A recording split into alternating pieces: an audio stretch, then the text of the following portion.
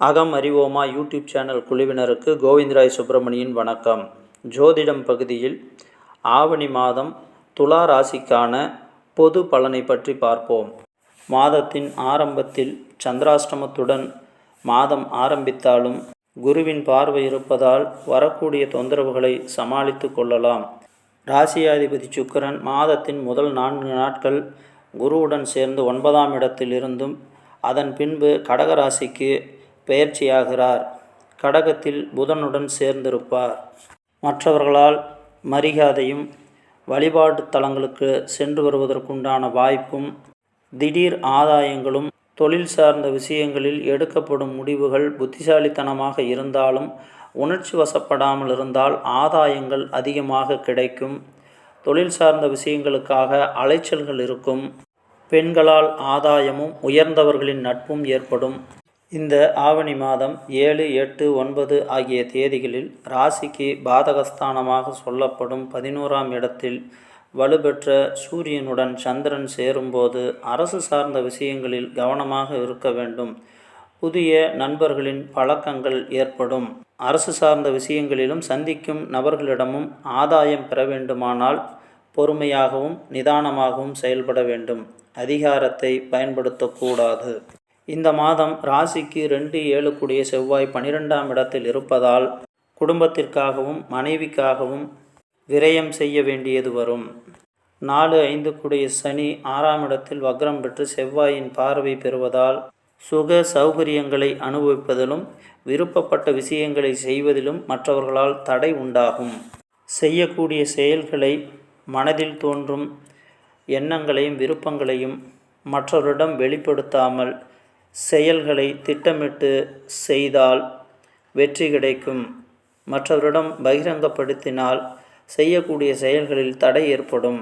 இந்த ஆவணி மாதம் 9, 10, 11, 23, 24, 25 ஆகிய தேதிகளில் கவனத்துடன் இருந்தால் குடும்பம் சார்ந்தும் மனைவி, பிள்ளைகள், ஆரோக்கியம், தொழில் சார்ந்தும் செய்யக்கூடிய விரயங்களை குறைத்து கொள்வதற்குண்டான வாய்ப்புகள் இருக்கிறது.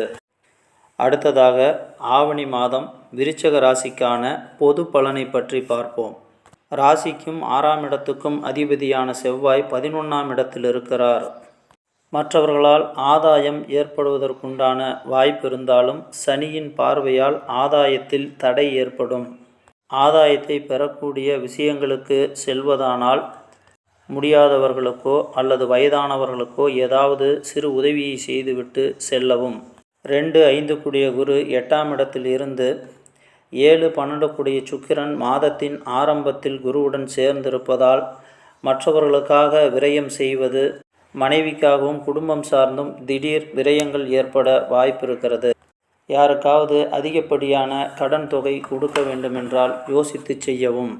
9ஆம் இடத்தில் புதன் இருப்பதாலும் சுக்கிரன் ஆவணி 4ஆம் தேதிக்கு மேல் புதனுடன் சேருவதாலும் மற்றவர்கள் நம்மிடம் பேசும்போது அதற்கு அதிகப்படியான முக்கியத்துவம் கொடுத்தால் தேவையற்ற அலைச்சல்களும் செலவுகளும் ஏற்படும்.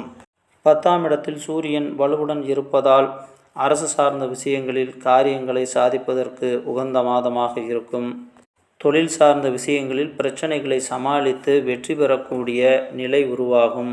உணவு விஷயத்திலும் சுக சௌகரிய விஷயத்திலும் மனதில் தோன்றக்கூடிய விருப்பங்களையும் சரியாக ஆராய்ந்து செயல்படாவிடில் உடல் ஆரோக்கியம் கெடும். வயிறு சார்ந்த தொந்தரவுகள் வரும். இந்த மாதம் சூரியன் 10ஆம் இடத்தில் ஆட்சி பெற்று வலுவாக இருப்பதால் எடுத்த காரியங்களை முடிக்கக்கூடிய திறன் இருக்கும். கேது உடன் இருப்பதால் சிறு சிறு தடைகள் வந்தாலும் அதை சமாளித்து வெற்றி பெறலாம். ஆவணி மாதம் 4, 5, 6 ஆகிய தேதிகளில் திட்டங்களை செயல்படுத்துவதில் கவனமாக இருந்தால் வீணான அலைச்சல்கள் தவிர்க்கப்படும். மற்ற மனிதர்களின் ஆலோசனையை கேட்டு மறுபரிசீலனை செய்து அதன் பின்பு செயல்படுத்தினால் நற்பலன்கள் ஏற்படும். ஆவணி மாதம் 9, 10, 11 தேதிகளில் சஞ்சரிக்கும் காலகட்டங்களில் லாபத்தை எதிர்பார்த்தும் விருப்பங்கள் நிறைவேறுவதற்கும் உண்டான செயல்களை செய்யும்போது தடைகள் ஏற்படும். அவசரப்படாமல் நிதானத்துடன் செயல்பட்டால் தொந்தரவுகள் குறையும். 23, 24, 25 ஆகிய தேதிகளில் பிள்ளைகள் வகையிலும் ஆரோக்கியம் சார்ந்தும் சிறு சிறு தொந்தரவுகள் ஏற்படுவதற்குண்டான வாய்ப்புகள் இருக்கிறது. இந்த மாதம் திட்டம் தீட்டி செயல்படுவதிலும் உடல் ஆரோக்கியம் சம்பந்தப்பட்ட விஷயங்களிலும் கவனத்துடன் இருந்தால் பெரும்பாலான தொந்தரவுகள் குறையும். இந்த மாதம் 2, 3, 4 ஆகிய தேதிகளில் அஷ்டமத்தில் குருவுடன் சந்திரன்